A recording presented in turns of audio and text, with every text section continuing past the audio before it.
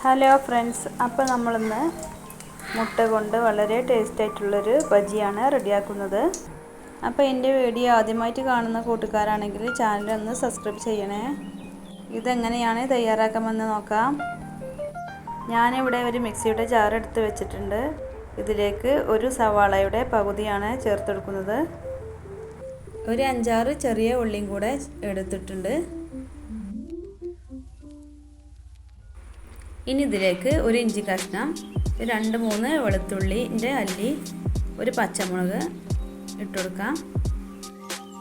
കുറച്ച് മല്ലിയിലും കറിവേപ്പിലയും കൂടെ ചെറുതായി അരിഞ്ഞതാണ് ചേർത്തെടുക്കുന്നത്. ഇനി 1 കപ്പ് മൈദയാണ് ചേർത്തെടുക്കുന്നത്. ഇനി 1/2 കപ്പ് കടലമാവും കൂടെ ചേർത്തെടുക്കുന്നുണ്ട്. 1/4 ടീസ്പൂൺ മഞ്ഞൾപ്പൊടി ചേർത്തെടുക്കാം. ഇനി ഇതിലേക്ക് കാശ്മീരി ചില്ലി പൗഡറാണ് ചേർത്തെടുക്കുന്നത്. 1/4 ടീസ്പൂൺ കായപ്പൊടിയും കൂടെ ചേർത്തെടുക്കാം. 1/4 ടീസ്പൂൺ കുരുമുളക് പൊടി ചേർത്തെടുക്കാം. 1/4 ടീസ്പൂൺ വലിയ ജീരകം പൊടിച്ചത്, ആവശ്യത്തിനുള്ള ഉപ്പും കൂടെ ചേർത്തെടുക്കാം. ഇനി 1 കപ്പ് വെള്ളം കൂടെ ഒഴിച്ച് നന്നായി ഒന്ന് മിക്സിയിലിട്ടൊന്ന് അടിച്ചെടുക്കാം.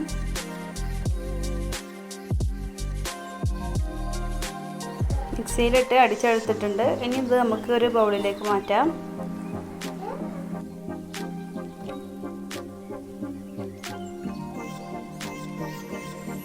ഇതിലോട്ട് 1/4 ടീസ്പൂൺ സോഡപ്പൊടിയാണ് ചേർത്തെടുക്കുന്നത്.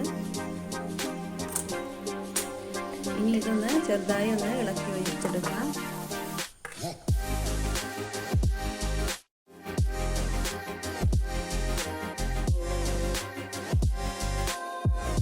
ഞാനിവിടെ 3 മുട്ട പുഴുങ്ങിയെടുത്തിട്ടുണ്ട്.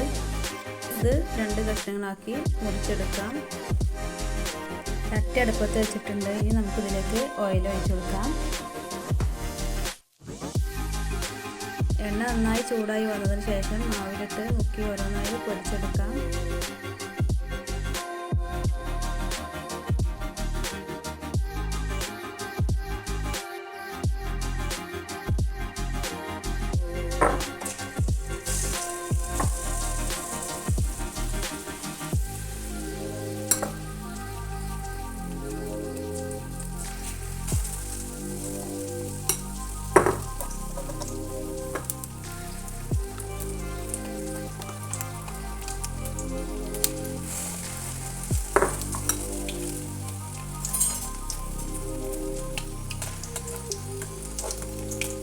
എണ്ണയിലിട്ട ഉടനെ തന്നെ മറിച്ചിട്ട് കൊടുക്കരുത്.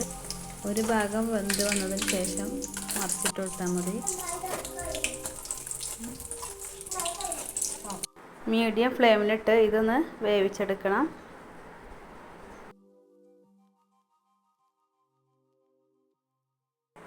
അപ്പം നമ്മുടെ വെറൈറ്റി ആയിട്ടുള്ള മുട്ട ബജി ഇവിടെ റെഡി ആയിട്ടുണ്ട്. ഒരു വട്ടമെങ്കിലും ഇതുപോലെ ഒന്ന് തയ്യാറാക്കി നോക്കുക.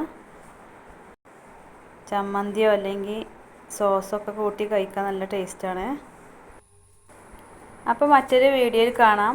Okay, thank you.